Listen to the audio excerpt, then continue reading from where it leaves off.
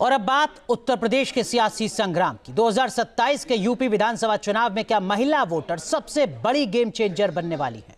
क्योंकि बिहार, मध्य प्रदेश और महाराष्ट्र में महिला वोट बैंक का जादू देखने के बाद अब योगी सरकार यूपी में एक ऐसा ही मास्टर स्ट्रोक खेलने जा रही है। सूत्रों के हवाले से खबर है कि योगी सरकार चुनाव से पहले महिलाओं को 50-50 हजार रुपए की आर्थिक सहायता देने का मेगा प्लान तैयार कर रही है। चुनाव से ठीक पहले महिलाओं के खातों में 20,000 रुपए की पहली किश्त भेजी जाएगी और बाकी बचे 30,000 रुपए चुनाव के बाद 3 अलग अलग किश्तों में दिए जाएंगे। उत्तर प्रदेश में 2027 के विधानसभा चुनाव से पहले योगी सरकार सबसे बड़ा सियासी दांव चलने की तैयारी में है। जैसा हमने आपको बताया इस खबर के जरिए, महिला कल्याण विभाग के जरिए प्रस्तावित इस योजना के तहत महिलाओं को कुल 50,000 रुपए की आर्थिक मदद देने पर विचार चल रहा है। इस योजना में SC, ST, BPL और 12 लाख रुपए तक की सालाना आय वाले परिवारों की महिलाओं को प्राथमिकता मिलेगी। बीजेपी के इस दाव के सामने आते ही यूपी की राजनीति में 20,000 बनाम 40,000 का सियासी संग्राम छिड़ गया है। समाजवादी पार्टी के राष्ट्रीय अध्यक्ष अखिलेश यादव ने इस योजना को बीजेपी का एक और जुमला बताते हुए इसे पाप की कमाई करार दिया है। इस बीच आपको बता दें, अखिलेश यादव ने सोशल मीडिया एक्स पर पोस्ट किया है, बीजेपी के ऐलान पर अखिलेश यादव का हमला, बीजेपी 20,000 देगी तो हम 40,000 से शुरुआत करेंगे। यूपी में महिलाओं को 20,000 रुपए देने को जुमला बता रहे हैं अखिलेश यादव, वहीं दूसरी तरफ 40,000 रुपए देने का ऐलान भी कर रहे हैं। दूसरे राज्यों में महिलाओं से पैसे वापस मांगे जा रहे हैं। 10 साल में महिलाओं को ये पैसा क्यों नहीं दिया गया, ये सवाल भी खड़ा किया है अखिलेश यादव ने। तो अखिलेश यादव का ये सोशल मीडिया पोस्ट। अब इस पूरे मामले पर उत्तर प्रदेश में सियासत भी तेज हो गई है। कांग्रेस और समाजवादी पार्टी बीजेपी पर हमलावर हैं तो बीजेपी भी करारा जवाब दे रही है।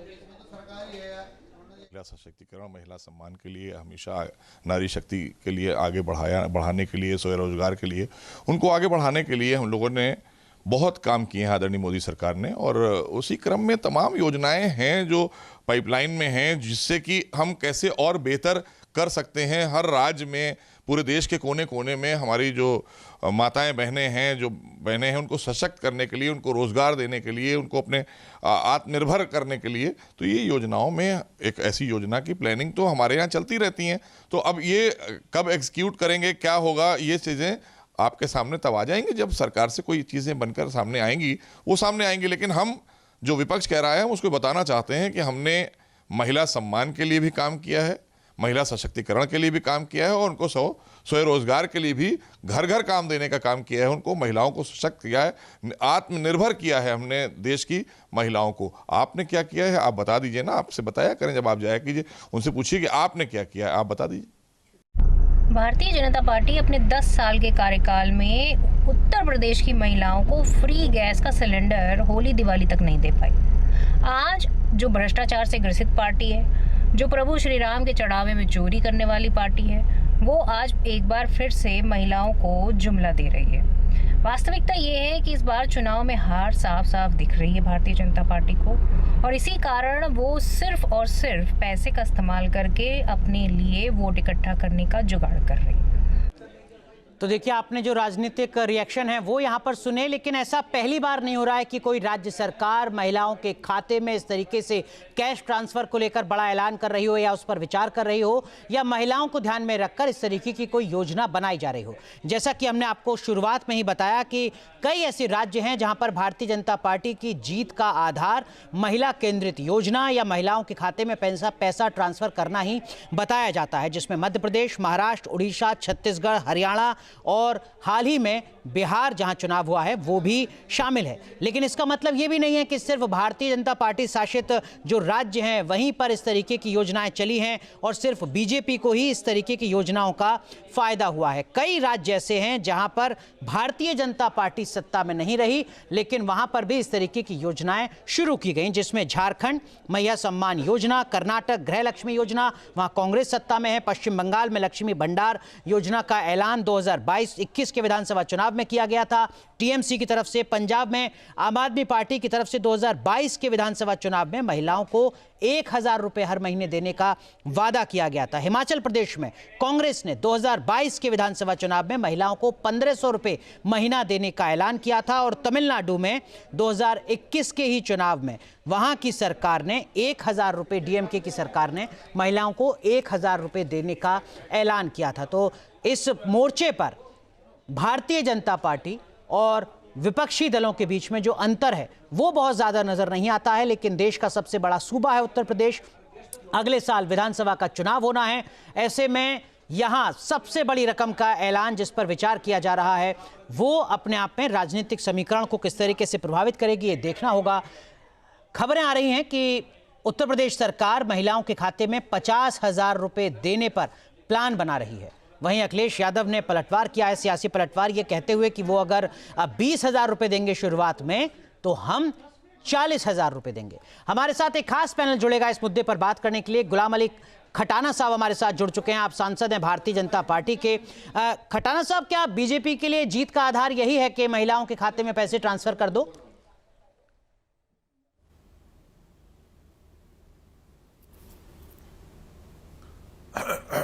देखिए, वुमेन की इज्जत देना, वुमेन को इज्जत देना और फिर उसको इकोनॉमिक एम्पावर करना और फिर उसको पॉलिटिकल एम्पावरमेंट की तरफ जाना, ये नरेंद्र मोदी जी गवर्नमेंट का विजन और मिशन हो सकता है। क्योंकि जिस सोच में, जिन पॉलिटिकल पार्टीज की सोच अभी 100 साल पुरानी है, जो बहनों को हक देना चाहते नहीं, जिन्होंने वुमेन्स के साथ जुल्म करना, उनको घर में इज्जत ना देना, टॉर्चर करना, वो क्या जाने जी। पर लेकिन खटाना साहब, आप तो पॉलिसी मेकर हैं, सांसद हैं, आपको नहीं लगता कि हायर एजुकेशन में उत्तर प्रदेश की लड़कियों का ड्रॉप आउट रोकना आपकी प्राथमिकता होनी चाहिए थी? देश के सबसे बड़े सूबे में वर्ल्ड क्लास यूनिवर्सिटी जो ग्लोबल रैंकिंग में टॉप 100 में हो, वो बनाना, वो स्थापित करना आपकी प्रायोरिटी होनी चाहिए थी। किसान जो अपने आप में बड़ी तादाद है, आपकी भी हो सकता है वही बैकग्राउंड रही हो मूलतः, किसानों की आमदनी कैसे बढ़ाई जाए ताकि परिवार की संपन्नता बढ़ सके, वो आपकी प्राथमिकता होनी चाहिए थी। और पर कैपिटा इनकम बढ़ जाती है उत्तर प्रदेश की अगर बाकी बड़े राज्यों के मुकाबले, तो वो बेहतर हो सकता था। इसे तो विपक्ष रेवड़ी बताएगा ना सर, खटाना साहब?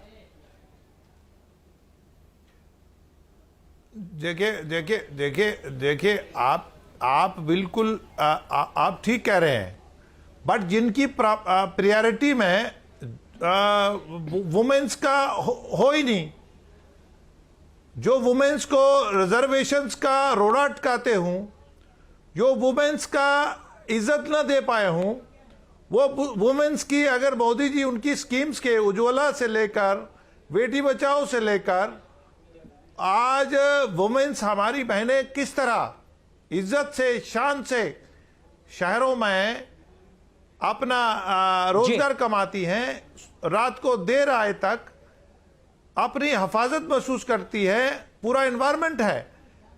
ठीक है, ये यूनिवर्सिटीज की बात कर रहे हैं। ठीक है, आप कह रहे हैं कि भारतीय जनता पार्टी का मतलब है महिलाओं का सशक्तिकरण, विमेन एम्पावरमेंट। हमारे साथ समाजवादी पार्टी की प्रवक्ता पूजा मिश्रा जी भी जुड़ चुकी हैं, साथ ही साथ सामाजिक कार्यकर्ता प्रियंका राणा जी भी हमारे साथ बनी हुई हैं। प्रियंका जी, मैं आपके पास आऊंगा, लेकिन उससे पहले पूजा मिश्रा, आपका पहला रिएक्शन, क्योंकि जो बीजेपी के कार्यकर्ता हैं वो तो अगर ये जो खबरें चल रही हैं ये जमीन पर उतरती हैं तो इसको मास्टर स्ट्रोक बताएंगे, और इसका असर हमने देखा है बिहार में और बाकी राज्यों में भी। अनुराग जी, आपको नमस्कार और साथी प्रवक्ताओं को भी नमस्कार। और उसके बाद में आपने बिहार और जो है देखा होगा महाराष्ट्र के परिणाम क्या रहा है। जब जो है आप जो कंसाइंस खरीदते हैं, अगर आप चुनाव से पहले लेकर के आते हैं ऐसी योजना जो डायरेक्ट मनी बेनिफिट देता हो, तो ये दिखाता है कि आप कंसाइंस खरीदना चाहते हैं। उत्तर प्रदेश में फिलहाल अभी पंखे से आप सड़कें सुखा रहे हैं, आपने गड्ढे कर रखे, 20-20 फीट गड्ढे हो रखे हैं, और बिहार में आप सड़कों पर टाका लगा रहे हैं अनुराग जी। तो ये जो पैसे देने की बात आ रही है महिला उत्थान के लिए, महिला उत्थान की अगर इच्छा होती इनकी तो पिछले 10 सालों में ही महिला उत्थान कर लिए होते। इनसे पूछेगा कितनी बालिका स्कूल चलाई गई, नहीं चलाई गई, बंद की गई। इनसे पूछेगा महिलाओं के लिए इनका कौन सा शक्ति मिशन लेकर के आए हुए थे। मैं चैलेंज के साथ कहती हूँ, बीजेपी के सांसद बैठे हैं बिना गूगल देखे हुए, मुझे बता दे कि मिशन शक्ति के 10 कौन से जो है पैमाने थे जिसको लेकर के आई थी कि सरकार करेगी। मुझे कम से कम वो हेल्पलाइन नंबर ही बता देंगे जो मिशन शक्ति के तहत आया हुआ था, बिना गूगल के। देखिए गूगल करते रहेंगे, ये इनको खुद नहीं पता है कि महिलाओं को उत्थान ना इनको करने की इच्छा थी, ना है, ना ही ये करना चाहते हैं। आप बताइए अनुराग जी, देंगे महिलाओं को, कह रहे हैं देंगे नहीं देंगे वो अलग की बात होगी, भी कह रहे 20,000 देंगे, 10 बाद में देंगे, फिर कौन जाने। ये तो बहुत सारी चीजें कहे हुए। लेकिन पूजा जी, आपके जो सहयोगी हैं गैर भाजपाई दल, झारखंड, कर्नाटक, पश्चिम बंगाल, पंजाब, हिमाचल प्रदेश, तमिलनाडु, यहाँ डीएमके, आम आदमी पार्टी, कांग्रेस, जेएमएम, ये सब भी इन राज्यों में चुनाव ऐसे ही जीते हैं, महिलाओं के खाते में पैसे ट्रांसफर करके। अनुराग जी, तो फिर ये जो आप कह रहे हैं कि पैसे का डायरेक्ट बेनिफिट की बात कर रहे हैं चुनाव से पहले, इस पे तो हम एग्री नहीं करते हैं। समाजवादी पार्टी की जब सरकार थी ना, तो हम जो है किसान निधि चलाया करते थे। उस योजना के तहत जो निधि हमेशा से जा रही, जिन अकाउंट में जब से हमारी सरकार बनी हुई थी, उसमें पैसे भेजने के लिए हमें चुनाव आयोग से परमिशन लेना पड़ा था। अगर जो है 6 महीने पहले आपका जा रहा है, वो समय आ रखा हुआ है, तो मैडम अभी अधिसूचना थोड़ी जारी हुई है, मैडम अभी अधिसूचना थोड़ी जारी अनुराग जी कह रही हूँ कि अनुराग जी, यही मैं कह रही हूँ ना कि चुनाव कितनी दूर है। अभी तो ये योजना बना रहे हैं, कौन सी योजना इनकी चालू हो गई हुई है, तो ये दर्शाता है कि उन्होंने प्लान पर लेकिन अब इसी का काउंटर आपसे भी पूछा जा सकता है, जब आप कह रहे हैं कि भाई पहले से क्यों नहीं दे रहे थे। अखिलेश यादव ने सवाल खड़ा किया कि भाई 5 लाख का नुकसान हो गया, 10 साल पहले से आपको ये पैसे देने चाहिए थे। भाई अगर अब आप कह रहे हैं कि हम 40,000 रुपए देंगे शुरुआत में उनके 20,000 के मुकाबले, तो आपसे भी तो पूछा जाएगा कि 2012 से 2017 तक आपको किसने रोका था 40,000 रुपए खाते में ट्रांसफर करने के लिए? अनुराग जी, हमने कब कहा ये बताइए। अखिलेश यादव ने ट्वीट किया मैडम, अखिलेश यादव ने ट्वीट किया है। आप एक बार गूगल कर लीजिए, कोई बात नहीं, खटाना साहब को आप गूगल करने से रोक रही थी, आप एक बार गूगल कर लीजिए। फिर चर्चा पर लौटते हैं। हमारे साथ भारतीय जनता पार्टी के सांसद गुलाम अली खटाना साहब जुड़े हुए हैं, साथ ही साथ पूजा मिश्रा जी प्रवक्ता हैं समाजवादी पार्टी की, वो हमारे साथ बनी हुई हैं। प्रियंका राणा हमारे साथ सामाजिक कार्यकर्ता हैं। पूजा मिश्रा जी, आप कुछ कहना चाह रही हैं, और मैं उम्मीद करता हूँ आपने अखिलेश यादव का वो एक्स का पोस्ट पढ़ लिया होगा। पूजा जी, आपको इन्फॉर्मेशन कम है। पहला अनाउंसमेंट हमने 10 दिसंबर 2025 को किया था 40,000 वाला। मैं वही तो बता रही हूँ आपको, कब किया, आपको कम इन्फॉर्मेशन है। हमने 10 दिसंबर 2025 को ही अनाउंस कर दिया था और कहा था कि हमारी सरकार बनते ही हमें कार्य करेंगे। ऐसा कार्य नहीं कहा था कि 2032 का चुनाव आएगा तब हम करेंगे। हम विपक्ष में हैं, और उससे पहले ही हमने महिलाओं को सम्मान देने के लिए माता अहिल्याबाई होलकर सम्मान, और अभी भी जो उत्तर प्रदेश में दिया जाता है ना, रानी लक्ष्मीबाई, वो भी समाजवादी पार्टी सरकार से चलाएगी। जो उत्कृष्ट महिलाएं होती थी, चाहे वो शिक्षा की जगह से निकल कर आती, जो यंग महिलाएं हुआ करती थी, उनको देने का काम करते थे। तो ये जो आप कह रहे हैं ना कि कहाँ भाजपा कहाँ हम, आप कंपेयर ही नहीं कर सकते हैं ना, कि हमारी जो भावना है, जो हमारा कार्य करने का तरीका है, वो ये तरीका नहीं है कि सड़क गड्ढे रहे, पंखों से सुखाया जाए, टाके लगाए जाए, और उसके बाद प्रियंका राणा, ये एक हेल्दी पॉलिटिकल डेमोक्रेसी के तौर पर आप इसको देखती हैं कि भाई अच्छी बात है, वुमेन एम्पावरमेंट की बात दोनों कर रहे हैं, सपा भी कह रही है, बीजेपी भी कह रही है, या फिर ये वास्तव में फ्रीबीज है जिससे बचना चाहिए किसी भी देश को, खासकर फाइनेंशियल फ्रंट को ध्यान में रखते हुए? देखिए, जब काम नहीं बोलता है तो पैसा बोलता है, और हम करें तो महिला सम्मान और दूसरा करें तो रेवड़ी। इस तरह की राजनीति देश को खोखला कर रही है। ये बात अभी तक भी अगर समझ में नहीं, आगे आने वाले दिनों में बहुत मुश्किल होने वाली है। आप ठीक है, सशक्तिकरण पे आप जो कमजोर महिलाएं हैं, जो फाइनेंशियली वीक हैं, उनको थोड़ा बहुत आप पैसा दे सकते हैं, लेकिन सशक्तिकरण के नाम पर आप उनको इस तरह से आत्मनिर्भर बना रहे हैं क्या? इस तरह से तो आप उनको और ज्यादा डिपेंडेंट कर रहे हैं आपके पैसों के ऊपर। आप उनको स्किल डेवलपमेंट दीजिए। आज शिक्षा की हालत आप देखिए क्या है उत्तर प्रदेश के अंदर। जेन अल्फा प्रोटेस्ट कर रहे हैं फतेहपुर के अंदर। आपके छोटे छोटे बच्चे सरकारी स्कूलों में व्यवस्था अच्छी चाहते हैं, उस पर हमें ध्यान नहीं देना है। लेकिन प्रियंका राणा, आप शायद इस बात को सुनकर थोड़ा हैरान होंगी कि पंजाब, कर्नाटक, तेलंगाना ऐसे, और पश्चिम बंगाल नहीं, बाकी ये जो 3 राज्य मैं बता रहा हूं आपको, और तेलंगाना के साथ साथ आंध्र प्रदेश भी, जो कि दक्षिण के बड़े संपन्न राज्य माने जाते हैं, वहां से ज्यादा खर्चा इस वक्त उत्तर प्रदेश की सरकार कर रही है हेल्थ और एजुकेशन पर कलेक्टिवली अपनी जीएसडीपी का।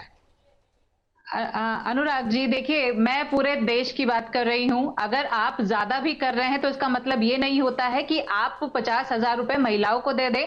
हमारे उत्तर प्रदेश के अंदर भी 50,000 से ज्यादा जो सरकारी स्कूल हैं बंद होने के कगार पर हैं।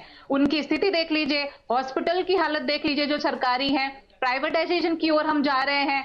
कितनी मोटी फीस, कितना मोटा पैसा जो है, जो आम गरीब जनता को देना पड़ता है, उसके बारे में कौन सोचेगा? अगर ऐसे ही फ्री की रेवड़ी, मैं पूरे देश की अगर बात करूं तो 1 लाख से ज्यादा सरकारी स्कूल बंद होना लेकिन यकीनन ये बहुत ही अच्छी खबर है उत्तर प्रदेश जैसे राज्य की, बड़े राज्य की, जो अपने शिक्षा और स्वास्थ्य पर अपनी जीएसडीपी का अपेक्षाकृत काफी ज्यादा खर्चा कर रहा है। कम से कम सरकारी आंकड़े ये बता रहे हैं, क्योंकि ये लंबी जंग रहती थी चर्चा की साउथ वर्सेस नॉर्थ की, कि साहब नॉर्थ के जो राज्य हैं वो खर्चा नहीं करते हैं शिक्षा पर और स्वास्थ्य पर बाकी दक्षिण के राज्यों के मुकाबले। लेकिन जो बात आप उठा रही हैं वो बहुत बुनियादी बात है। और गुलाम अली खटाना साहब, मैं उम्मीद करता हूं कि आप मुझे सुन पा रहे होंगे, मैं चलिए रुक करूंगा, लेकिन एक सवाल यही मैं डॉक्टर पूजा मिश्रा आपसे भी समझना चाहूंगा, जो बात यहां पर प्रियंका जी ने उठाई है। देखिए, जो वित्त आयोग है उसने चिंता जताई कि भाई इससे बचना चाहिए, ये जो आप रेवड़ी कल्चर को प्रमोट कर रहे हैं। इसके बाद आरबीआई की तरफ से तो साफ साफ कहा गया कि भाई ये बहुत ही गलत है, आर्थिक मोर्चे के लिहाज से इससे सबको बचना चाहिए, तमाम राज्य सरकारों को, राजनीतिक दलों को बचना चाहिए। प्रधानमंत्री खुद इसकी चर्चा कर चुके हैं कि रेवड़ी कल्चर और वेलफेयर स्कीम में हमें फर्क करना होगा। अब इस फ्रंट पे तो आप दोनों ही एक साथ खड़े हुए हैं, बीजेपी भी और समाजवादी पार्टी भी। आपने बताया कि योगी सरकार से पहले तो आप ऐलान कर चुके हैं, तो ये कैसे आप अंतर कर पाएंगे रेवड़ी कल्चर में और वेलफेयर स्कीम में? बिल्कुल, आप ऐसे अंतर कर पाएंगे जब चुनाव आते ही जो है व्यक्ति अपना काम गिराने की बजाय, समाजवादी पार्टी इकलौती से पार्टी थी जिसने काम बोलता है का नारा दे करके चुनाव लड़ा था। आपको भी ध्यान होगा 2017 में हमारा स्लोगन था कि काम बोलता है, आपका नाम समाजवादी, आपका वोट समाजवादी पार्टी के काम के नाम पर। और जो है हमने भी दी हुई थी, हमने जो है लैपटॉप बांटे 30,000 बच्चियों को दिया करती थी समाजवादी पार्टी, तब देती थी जब वो क्लास 12 पास करके ग्रेजुएशन में एडमिशन लेती थी। तो जब उनका एडमिशन एनरोल हो जाता था तो उस कॉलेज को उनको 30,000 रुपए दिया जाता ताकि उनकी एजुकेशन आगे की पूरी हो सके।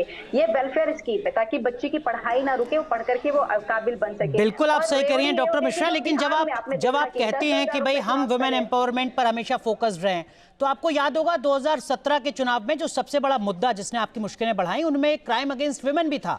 वो आंकड़ा अब भी उत्तर प्रदेश में बहुत बड़ा है, लेकिन अब सरकार बताती है कि हमारा कन्विक्शन रेट कितना तेज हो चुका है। उसको आप देखिए एनसीआरबी की रिपोर्ट के हवाले से, बच्चे हैं, गलतियां हो जाती हैं। आपके सर्वोच्च नेता का ये बयान आपकी मुश्किलें बढ़ा रहा था उस वक्त। अनुराग जी, आप खुद कह रहे हैं कि जो एनसीआरबी का डेटा है वो बताता है कि वर्तमान समय में भी महिला के प्रति अपराधों में बहुत ज्यादा वृद्धि हो रखी है और there is difference between conviction और चार्जशीट फाइल हो रहा। ये जो बार बार एनसीआरबी के आंकड़े की बताई जाती है ना कि वो चार्जशीट 98% का आता है ना, वो चार्जशीट फाइल कर दी गई है, उससे कन्विक्शन नहीं होता ना केस बंद होता। मैंने भी ठीक है, मेरे पास वक्त थोड़ा कम है, लेकिन खटाना साहब आप कह रहे हैं कि हम तो हमेशा से महिलाओं के साथ रहे। उत्तर प्रदेश में महिला सांसदों की आपकी पार्टी के कुल सांसदों में हिस्सेदारी है 3%, केवल एक हेमा मालिनी, आप मुझे करेक्ट कीजिएगा। समाजवादी पार्टी की महिला सांसद हैं, उनके कुल सांसदों में 13% से ज्यादा। ये 3 और 13 का फासला है सर। खटाना साहब देखिए, ऐसा है कि इलेक्शन जो होता है वो आंकड़ों पे होता है और जीत पे होता है, वो कल की बातें थी। लेकिन कहने का मतलब यह है कि हम महिलाओं को इज्जत देने के बाद, उनको इकोनॉमिक एम्पावरमेंट करने के बाद, किस तरह नरेंद्र मोदी सरकार सीरियस है उनको पॉलिटिकल एम्पावरमेंट करने के लिए। संघ बैन करके पॉलिटिकल एम्पावरमेंट हो रहा है। पॉलिटिकल एम्पावरमेंट जो है वो बड़ी इंपॉर्टेंट है।